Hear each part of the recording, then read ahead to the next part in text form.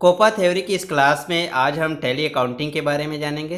तो tally accounting शुरू करने से पहले आप सभी को बता दें कि कोपा थ्योरी का सभी चैप्टर का वीडियो बना हुआ है, जिसका प्लेलिस्ट बना हुआ है। अगर आपने वो सारे वीडियो नहीं देखे होंगे तो प्लेलिस्ट में जाकर वो सारे वीडियो ज़रूर देखें।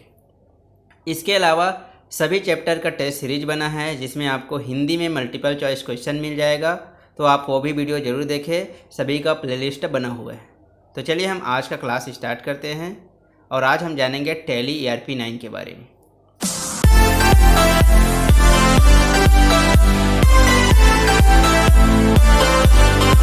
Hello guys, welcome back to my YouTube channel Mahiraj IT infotech. हुनर है तो कदर है। तो चलिए हम टैली ERP 9 के बारे में सबसे पहले समझते हैं। टैली ERP 9 क्या है। तो टैली ERP 9 की ज़रूरत क्यों पड़ती है। तो व्यापार को ठीक ढंग से चलाने के लिए, लाभ कमाने के लिए, तरीके से हिसाब किताब रखने के लिए। पहले यह कार्य मैनुअल होता था, जिसे अब अकाउंटिंग टैली सॉफ्टवेयर की मदद से की जा रही है। कंप्यूटर की मदद से कम समय में इसे किया जाता है और बिना गलती के कंप्यूटर अकाउंटिंग की जा सकती है। टैली में अकाउंटिंग करना बहुत ही सरल है तथा इसके लिए टैली सॉफ्टवेयर की आवश्यकता पड़ती है। भारत और कई बाहर के देशों में यह सबसे ज़्यादा लोकप्रिय अकाउंटिंग सॉफ्टवेयर है। चलिए हम टैली अकाउंटिंग सॉफ्टवेयर के हिस्ट्री के बारे में समझते हैं। सन 1996 में भारत श्याम गोयनका द्वारा बनाया गया था। तो सन 1996 में टैली को किसने बनाया था। भारत श्याम सुंदर गोयनका द्वारा बनाया गया था, जो उस समय उसकी उम्र था 23 वर्ष, जो कि गणित में ग्रेजुएट थे और अपने पिता के कहने पर बनाया था, जो कि स्वयं का अकाउंट मेंटेन करने के लिए बनाया गया था।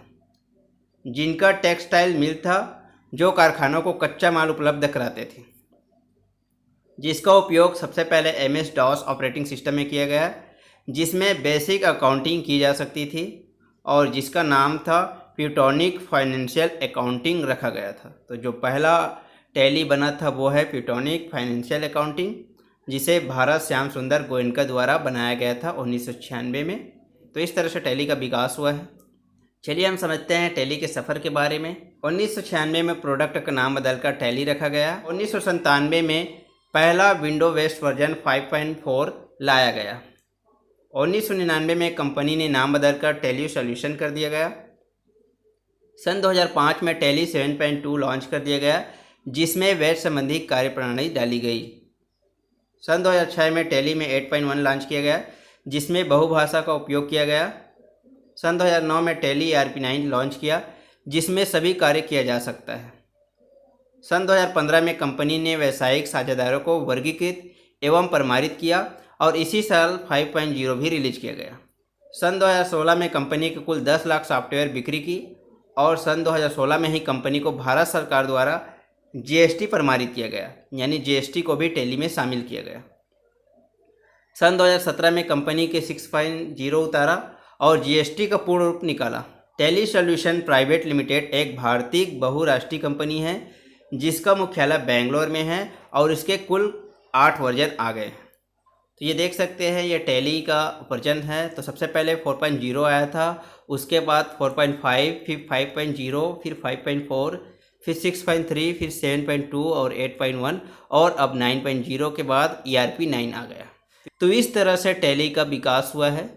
चलिए हम समझते हैं टैली सिखाने के आधार के बारे में, यानी base of teaching tally. Tally सिखाने का आधार है पहला तो सरलता यानी सिंप्लिसिटी से, दूसरा है लंबा रास्ता यानी लॉन्ग रूट से, और तीसरा है भय रहित बनना यानी फियरलेस। तो इस तरह से टैली सिखाने का आधार है। Different level of teaching tally. Tally सिखाने की स्तर है। तो पहला जो लेवल है वो है बेसिक लेवल। बेसिक लेवल में हम समझेंगे इंट्रोडक्शन के बारे में, अकाउंटिंग सॉफ्टवेयर यूज कैसे की जाती है, उसके टर्मिनोलॉजी के बारे में, टैली सॉफ्टवेयर वर्क कैसे करते हैं, इन सब के बारे में हम बेसिक लेवल में जानेंगे। इंटरमीडिएट लेवल में हम जानेंगे ऑल अकाउंटिंग वर्क और बिजनेस मेंटेन कैसे की जाती है, इसके बारे में। एडवांस लेवल में हम जानेंगे मैनेजरियल लेवल फॉर मैनेजमेंट और वर्क रिपोर्ट कैसे क्रिएट की जाती है, वर्कर मेंटेन कैसे की जाती है। इस तरह से हम टैली सिखाने के जो स्तर है उसे 3 लेवल में बांटे हैं, बेसिक लेवल, इंटरमीडिएट लेवल और एडवांस लेवल। चलिए हम समझते हैं लेखांकन की जो परिभाषिक शब्दावली है, जो टर्मिनोलॉजी है अकाउंटिंग का, उसे जानना बहुत ही ज़रूरी है। पहला है व्यापार यानी ट्रेड, दूसरा है पेशा यानी प्रोफेशन, तीसरा है व्यवसाय यानी बिजनेस, चौथा है मालिक यानी ऑनर। पांचवा है पूंजी यानी कैपिटल। छठी है आहरण यानी ड्राइंग। नेक्स्ट है मॉल यानी गुड। नेक्स्ट है क्रय यानी परचेस। नेक्स्ट है विक्रय यानी सेल्स। नेक्स्ट है क्रय वापसी यानी परचेस रिटर्न। नेक्स्ट है विक्रय वापसी यानी परचेस रिटर्न। नेक्स्ट है रहतिया यानी स्टॉक। नेक्स्ट है लेनदार यानी क्रेडिटर। नेक्स्ट है देनदार यानी डेबिटर। नेक्स्ट है दायित्व यानी कि लाइबिलिटीज।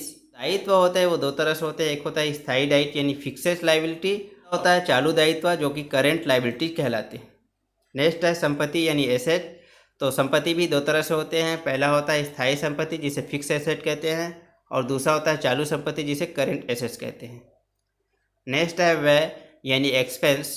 तो ये भी दो तरह से होते हैं, एक होता है प्रत्यक्ष व्यय यानी डायरेक्ट एक्सपेंस और दूसरा होता है अप्रत्यक्ष व्यय यानी इनडायरेक्ट एक्सपेंस। नेक्स्ट है राजस्व यानी रेवेन्यू।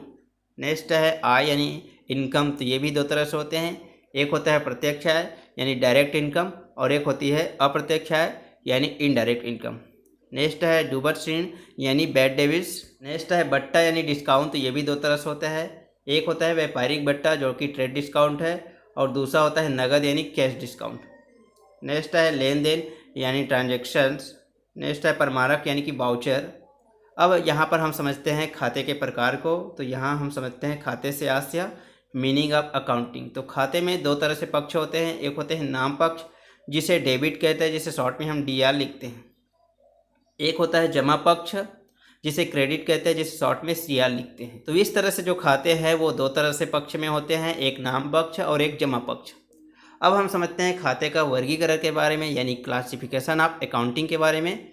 इसमें तीन तरह से खाते आते हैं। पहला है व्यक्तिगत खाते जिसे पर्सनल अकाउंट कहते हैं। पर्सनल अकाउंट में for example Ram account, ABCD, limited account, capital account, drawing account, bank account इत्यादि। तो ये सभी जो पर्सनल किसी के लिए होता है वो व्यक्तिगत खाते होते हैं। जैसे राम एक पर्सनल व्यक्ति का नाम है, एबीसी एक पर्सनल कंपनी का नाम है, कैपिटल्स, ड्राइंग्स और बैंक ये पर्सनल होते हैं, इसलिए ये व्यक्तिगत खाते के अंतर्गत आते हैं। दूसरा है वास्तविक खाते यानी रियल अकाउंट, जो रियल में होते हैं उसे रियल अकाउंट कहते हैं। जैसे कि कैश अकाउंट, कैश रियल है, furniture account, machinery account, building account, land account, motor account, ये सभी जो वास्तविक रूप से होते हैं वो रियल अकाउंट कहते हैं। तीसरा है नाम मात्र के खाते यानी नॉमिनल अकाउंट, इसमें आय और व्यय को लिखी जाती है।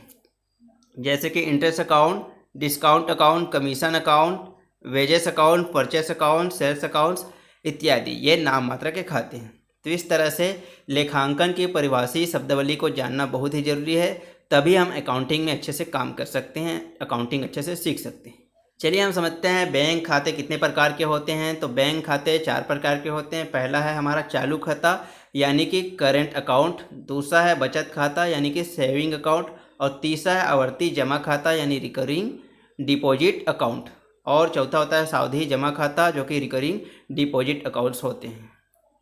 अब हम समझते हैं रूल्स ऑफ अकाउंटिंग के बारे में। तो जो अकाउंटिंग का गोल्डन नियम है वो तीन तरह से खाते पर लागू होता है।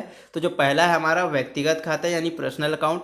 तो पर्सनल अकाउंट में जब भी अकाउंटिंग की जाएगी तो किस तरह से की जाएगी, एक नाम पक्ष और एक जमा पक्ष होता है, तो इसे हमें अच्छे से समझना है।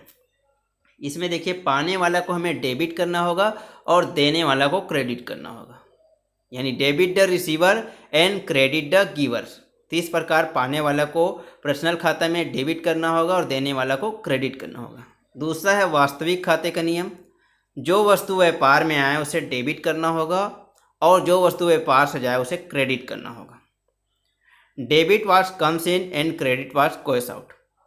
तो जो वस्तु व्यापार में आए उसे हमें क्या करना होगा, डेबिट करना होगा, और जो वस्तु व्यापार से जाए, मान लीजिए कोई सामान हम बेच रहे हैं तो हमारा सामान जा रहा है और अगर उसके बदले पैसा आ रहा है तो इस तरह से उसे डेबिट और क्रेडिट करना होगा। जो वस्तु व्यापार में हमारे आएगा उसे डेबिट और जो व्यापार से जाएगा उसे क्रेडिट करना है। तीसरा है नाम मात्र के खाते का नियम, इसमें व्यय और हानियों को डेबिट करना होता है और आय और लाभ को क्रेडिट करना होता है। तो इसमें जो भी नुकसान होगा, हानि होगा, उसे डेबिट करना है और जो भी हमें लाभ होगा, जो हमारी आय होगा, उसे क्रेडिट करना होगा, यानी debit the expense and losses and credit the income and gains. चलिए समझते हैं जर्नल एंट्री के बारे में। तो सबसे पहले एंट्री लेजर नहीं की जाती, इसमें लिस्ट और दिनांक के अनुसार एंट्री की जाती है। टैली खाता को अपने आप में पोस्टिंग कर देता है, खाते को पूरे ब्यूरर के साथ डेबिट और क्रेडिट किया जाता है। कॉमर्स की भाषा में जर्नल को प्रारंभिक लेख का पुस्तक भी कहते हैं। जर्नल पर विस्तृत समय हमें ध्यान देने वाली बातें हैं। जो पहला, प्रभावित होने वाले 2 खाते कौन से हैं। 3 प्रकार के जो खाते हमने बताए थे, पर्सनल अकाउंट, रियल अकाउंट और नॉमिनल अकाउंट, उसमें से जो प्रभावित होने वाले हैं यानी जमा पक्ष और नाम पक्ष, तो कौन कौन से खाते आ रहे हैं उसको हमें सबसे पहले जानना है, उसी हिसाब से उसमें नियम लगाना है। दूसरा है खातों के प्रकार। तीसरा है प्रभावित होने वाले खातों के नियमानुसार डेबिट और क्रेडिट करना, यानी कौन से खाते डेबिट होगा और कौन से खाता क्रेडिट होगा। तो इस तरह से हमें जर्नल पर विस्तृत समय ये बातें ध्यान रखना होगा। देख सकते हैं यहाँ पर ये जो है टैली इंटरफेस इसी तरह से रहेगा। तो सबसे पहले जब आप टैली ओपन करोगे तो आपको कुछ इस तरह से इंटरफेस दिखेगा। में देख सकते हैं पहला एक्टिवेट लाइसेंस दिया गया है, उसके बाद यहाँ पर आपको दूसरा ऑप्शन मिलेगा रिएक्टिव लाइसेंस के बारे में, और थर्ड मिलेगा आपको कॉन्फ़िगरेशन एग्जिस्टिंग लाइसेंस के बारे में। देख सकते हैं login as remote Tally net user के लिए ये, और उसके बाद देखिएगा यहाँ पर वर्क एंड एजुकेशन मोड, तो हमें वर्क एंड एजुकेशन मोड पे ही काम करना है। इसमें भी 2 ऑप्शन मिलता है, पहला है silver edition mode single user के लिए, और दूसरा है gold edition mode unlimited multi user के लिए। तो हमें ये सेकंड वाले पे वर्क करना है। उसके नीचे देख सकते हैं क्यूट के लिए यानी बाहर जाने के लिए। ऊपर देख सकते हैं ये प्रिंट का ऑप्शन मिल जाएगा जो भी आप टैली में अकाउंटिंग कर रहे हैं। उसके बाद एक्सपोर्ट का मिल जाएगा, फिर ईमेल का ऑप्शन मिल जाएगा, अपलोड का ऑप्शन मिल जाएगा और लैंग्वेज का ऑप्शन मिल जाएगा। उसके बाद कीबोर्ड का ऑप्शन मिल जाएगा, यहाँ पर कंट्रोल सेंटर के बारे में मिल जाएगा, सपोर्ट सेंटर भी मिल जाएगा, और यहाँ हेल्प। तो इसमें देख सकते हैं एक शॉर्टकट की दिया गया है, तो आप अपने कीबोर्ड के इस्तेमाल करके शॉर्टकट से भी इसे ओपन कर सकते हैं। नीचे देख सकते हैं यहाँ पर टैली का प्रोडक्ट के बारे में लिखा गया है। उसके बाद इसका वर्जन के बारे में यहाँ लिखा दिखाई देगा। यहाँ पर आपका लाइसेंस दिखाई देगा अगर लाइसेंस रहेगा तो। फिर यहाँ पर आपका कॉन्फ़िगरेशन के बारे में यहाँ दिखाई देगा, और यहाँ पर आप कैलकुलेशन कर सकते हैं जिसे कंट्रोल एन से भी आप ओपन कर सकते हैं।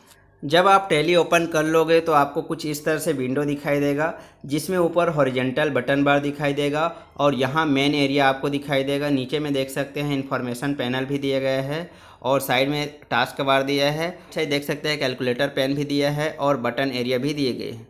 तो इस तरह से जब टैली ओपन हो जाएगा तो आपको कुछ इस तरह से विंडो दिखाई देने लगेगा। तो टैली अकाउंटिंग के बारे में ये हमारा पहला पार्ट था, और हम सेकेंड पार्ट में टैली अकाउंटिंग के बारे में और विस्तार से जानेंगे। टैली अकाउंटिंग क्या है, कैसे किस तरह से टैली में अकाउंटिंग की जाती है। आई होप आपको वीडियो अच्छा लगा होगा, इन्फॉर्मेटिव लगा होगा। तो लाइक और शेयर करना ना भूलें, और साथ ही साथ चैनल को हमारा सब्सक्राइब जरूर करें। के मन में कोई भी डाउट्स है तो आप हमें सीधे व्हाट्सअप कर सकते हैं, ईमेल कर सकते हैं। नीचे पर नंबर दिया जा रहा है, आप हमें व्हाट्सअप करके कोई भी क्वेरीज होगा आप जानकारी ले सकते हैं। चलिए हम मिलते हैं नेक्स्ट वीडियो पर। धन्यवाद।